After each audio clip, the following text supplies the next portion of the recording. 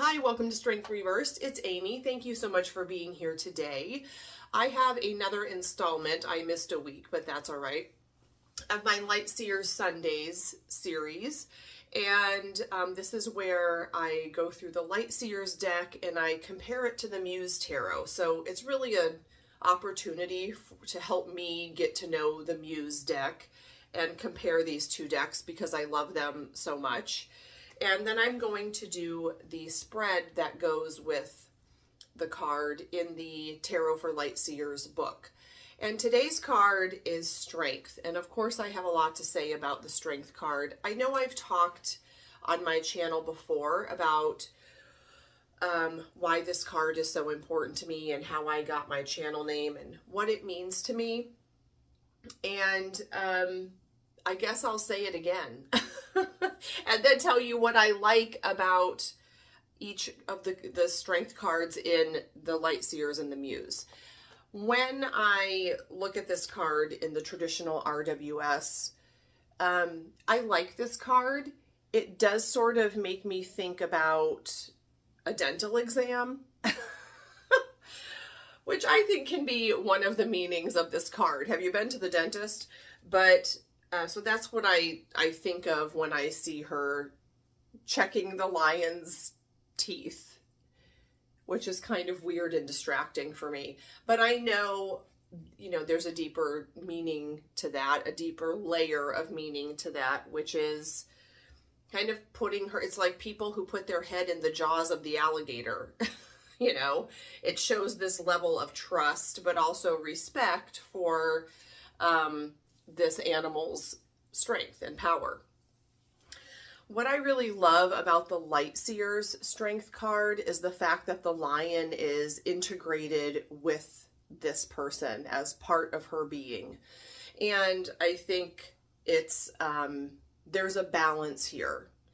And there's a really knowledge of self that comes along with when I see this card. A confidence, but also a gentleness, someone who knows they're powerful but doesn't have to use brute force, and a lot of compassion. And I like this heart around this heart necklace because part of the lesson of the Strength card for me and my experience this time around is having compassion with myself and not being so harsh with myself, because I have high standards that I never seem to meet. And this is really teaching me that you catch more flies with honey, and that I have to treat myself with compassion and respect, just like I have to treat everyone else with compassion and respect. One of the things that Chris-Anne said about this card that I also like are the colors. There's green to signify the heart chakra and yellow to signify the solar plexus. And I think it's very easy for me I'm someone who's going to intellectualize, and I can ruminate, and I can, my hamster is always on the wheel, and I can think a problem to death or worry about something into infinity, and every possibility has already occurred to me. And they're usually the worst case scenario because I feel I'll somehow be prepared. But part of my work spiritually and emotionally is bringing not all of the decision making. Sometimes you have to be rational, but a lot of it down into that area and seeing what it feels like, and really connecting with my emotions and using that as data instead of immediately reacting and being so reactive to, like, quick to anger or annoyance, or sitting with that for a moment and listening to what my body is telling me, and really getting in touch with, my inner heart of hearts, and seeing what it has to say, and really trusting my intuition. And that's part of the lesson of the Strength card And reversed, because that's my name, in that sense is just an amplifier. It's a magnifier. So it's like, yeah, you really, really got to do that. And I know that traditionally the strength card has other meanings. Like it might be the opposite. It might be a weakness. It might be criticalness or things like that. But for me personally, that's not what that reversal means. It might come up that it means that when I do a reading and it's in a certain position, but not when it comes to my name. And then in the Muse Tarot, I just love how large this lion is. And the lion, or any animal that's on the strength card, really represents our primal self, and that part of ourselves that really is connected to just survival and protection. And sometimes, you know, anxiety comes up and that part of ourselves goes awry a little bit. And I like the idea of making friends with that and embracing that, because that part of ourselves really does keep us safe on some levels. But knowing that we can call on that strength whenever we need it is reassuring to me. And there's a confidence that comes with that. Chris-Anne in the guidebook for the Muse calls this fierce serenity, and I like that. So for me, strength is about acknowledging all the aspects of ourself, integrating all of the, I don't want to say positive or negative, but all of the lighter and more difficult aspects of ourself, and keeping them in balance and being able to draw on that strength. This is, in the Major Arcana, the first card in that line, that second line of cards that really starts the inner journey, which is why we're all here. And I think a lot of people like to skip over that part because sometimes it's not pretty and it's definitely not easy. And, you know, this is for me not... The Chariot sometimes is that brute force power through, and this is more about being kind to yourself, which is a lesson I struggle with, and I have struggled with my entire life. So strength does not equal brute force, and gentle does not equal weak. One thing that really comes to mind with these two cards, or this card for me, is that idea of being nice and being kind. And there's a difference. I know I made a video about this several years ago, that nice is always pleasant and it's not always honest, and nice is not always nice. Kind might not be as pretty, but it's more honest and it might hurt more. But this part of ourselves, this is like kind, you know, it's confronting issues. It's telling that person that, you know, what they're doing is crossing a boundary. It's having the strength to confront all of that. Whereas being nice is doing what's easiest right now. Being kind is doing what is best in the long run. And sometimes that's just not as, it seems more terrifying, or it seems mean at the time, and in the end it's not mean. Okay, let me flip the camera around. This is a 3-card spread. It's called the Inner Strength Outer Calm spread, and there are 3 positions: my inner guide, my inner peace, and my outer courage. So I will flip this around and tell you what each of the positions mean, and we'll pull some cards. Okay, card number 1 is a message from my guide about where I can find my inner fortitude. So that's my inner guide. Number 2 is my inner peace. How can I cultivate and maintain inner peace when the outer world feels chaotic? And card number 3 is my outer courage. How the outside world views my influence, my power, and my boldness. How can I foster bravery? So let me get my decks ready. I'm going to shuffle the Light Seers, and I'll lay all 3 cards, and then I'll pull those cards. I'll have to search for them in my Muse deck just to compare the two. So my inner guide. My inner peace. And my outer courage.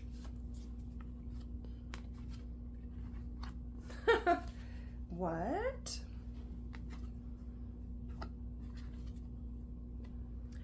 Okay, this deck is way shuffled. I did a reading with it for someone else the other day, and so I always shuffle really well before and after a reading. So this is completely coinky dink, which is pretty amazing. Okay, well, let's find the Devil, the Magician, and the High Priestess. Wow.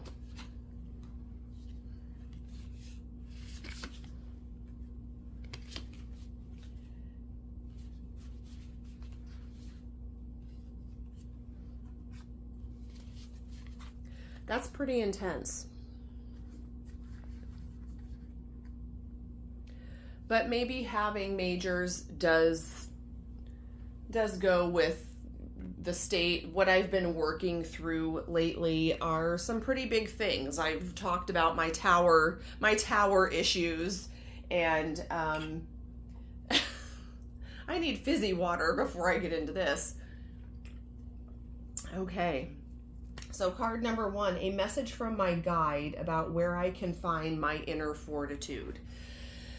When I think about the Devil card, I think about confronting the things that I feel are controlling me and the parts of myself that I don't like, or that little voice that is a naysayer. It's a negative Nelly, negative Nancy, that tells me, gives me imposter syndrome, that gives me worry, that always wants to make sure that I'm aware of the bad things that could happen and the pitfalls, and you're not a good mom if you're not worrying about your child every single second.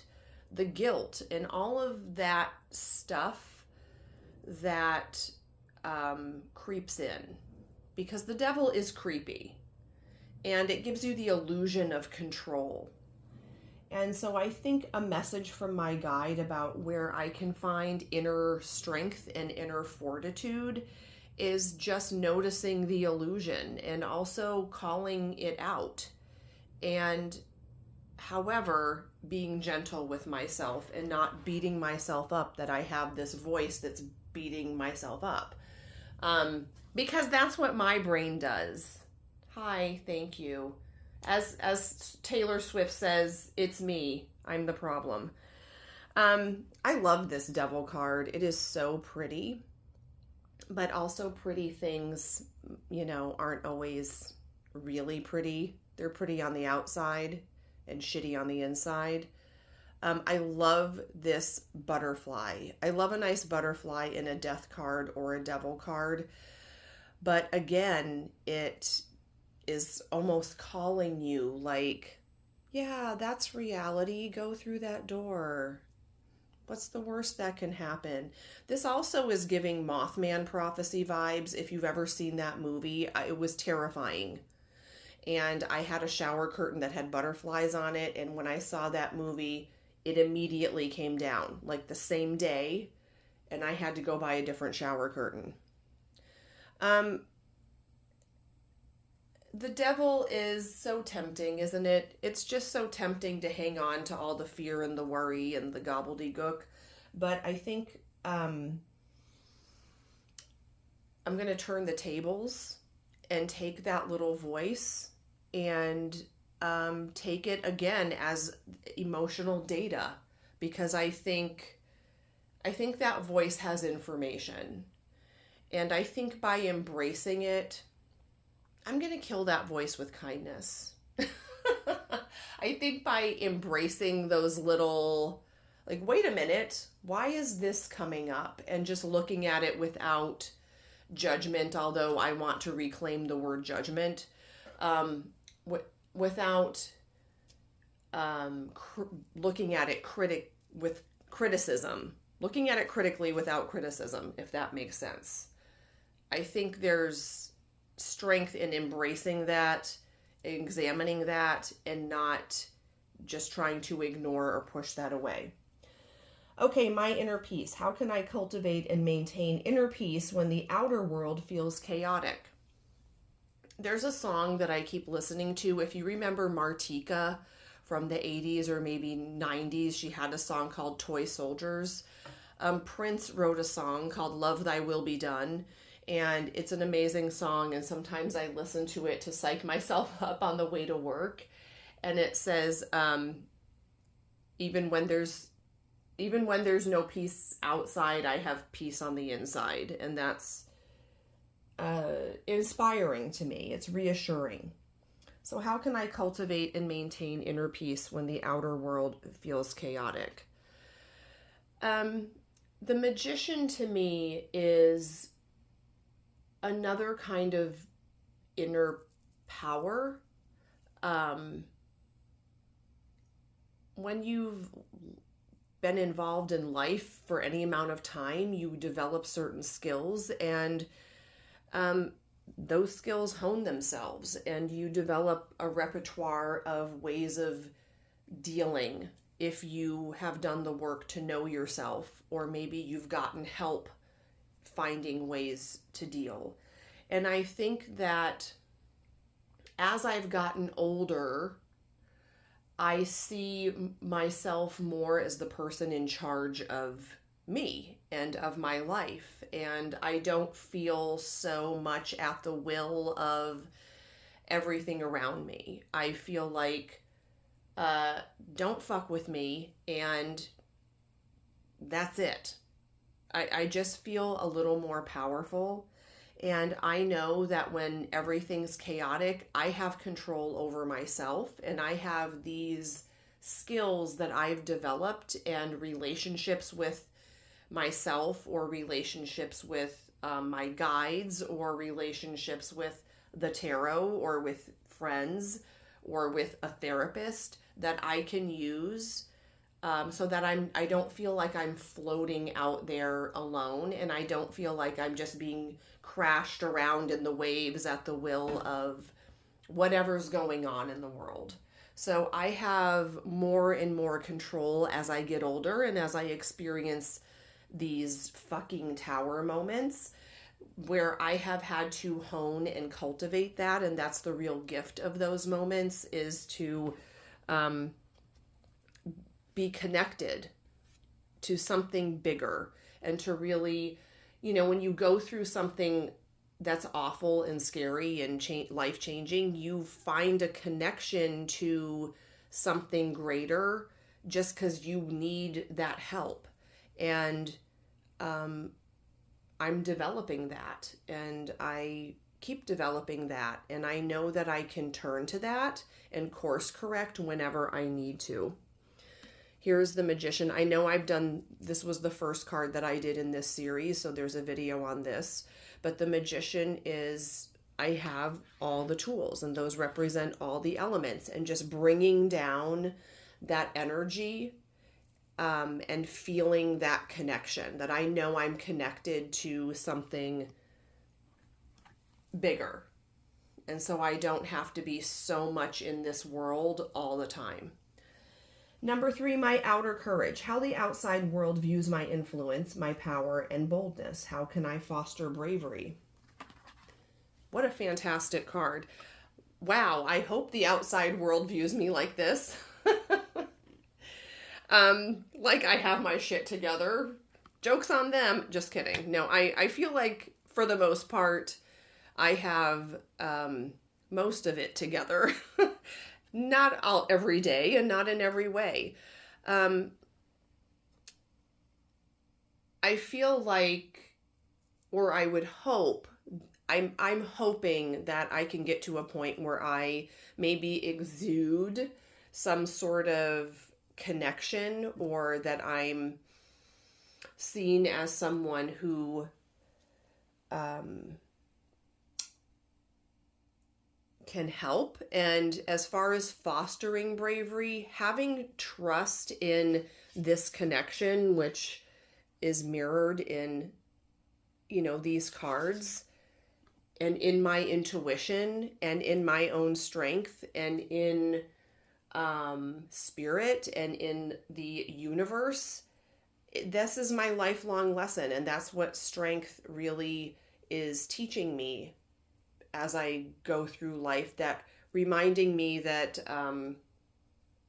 life is, the universe has my back, that this life isn't about punishment, and it's, I just see life as so scary that I'm learning that the safety that I feel is something inside, and cultivating that, and that is, my strength. I think that how I can foster bravery is trusting that part of myself. And I love the link here to the solar plexus and the heart chakras, because that's really the area that I'm working on. I can think anything into submission. I can try to control, I'm really good at that, but giving that up and kind of controlling myself, or connecting to myself, it gives me even more of a sense of control. Like, I can't control what's out there, but I can connect to something that's going to give me strength and come back to that. And it's like a harbor. It's like safety in a world that does feel chaotic sometimes. Well, that was cool. I was not expecting 3 majors. I'm going to go through my light seers now and come to the next major card, so I know what I'm focusing on for next week. The Lovers. Did I do the Lovers already? I don't think I did. I don't think I did the Lovers. I'll look, but probably that. That's a good card. Okay, well, thank you for joining me. I'm going to hopefully spend time watching videos today so that I can participate in TarotTube. I do have a couple things to say about some other videos I've watched.